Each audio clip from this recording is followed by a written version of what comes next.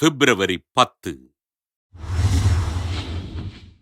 புனித ஸ்கொலாஸ்டிகா. இத்தாலி நாட்டில் உம்பிரியா என்னுமிடத்தில் வாழ்ந்த இறைபக்தி நிறைந்த பெற்றோருக்கு கிபி 480 ஆண்டு பிறந்தார் ஸ்கொலாஸ்டிகா. தன் உடன் பிறந்த சகோதரரான ஆசீர்வாதப்பரிடம் மிகுந்த அன்போடு இருந்த ஸ்கொலாஸ்டிகா சிறுவயது முதல் எளிய மக்களுக்கு உதவிகள் செய்து வாழ்ந்தார்.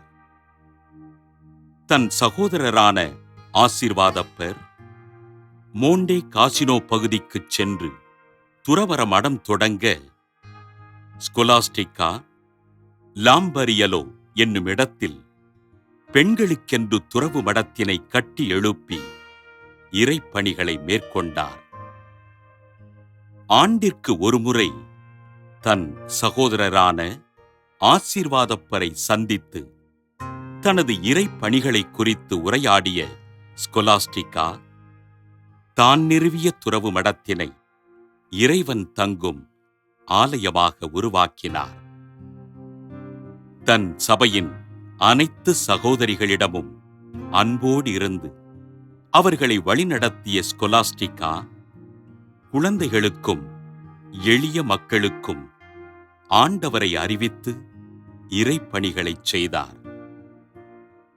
தன் மடத்திற்கு வந்த பரிசு பொருட்களை எளிய மக்களுக்கு கொடுத்து உதவிகள் செய்த ஸ்கொலாஸ்டிகா தன் ஜெபத்தில் ஆண்டவர் இயேசுவினை சந்திக்கும் பாக்கியம் பெற்றார்.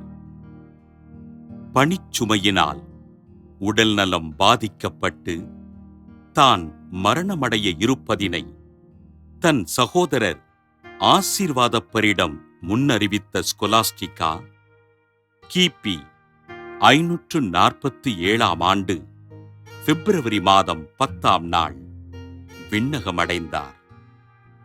ஸ்கொலாஸ்டிகாவின் கல்லறையில் வேண்டுதல் செய்பவர்களுக்கு புதுமைகள் நடைபெற ஸ்கொலாஸ்டிகாவினை திரு அவை புனிதராக உயர்த்தியது.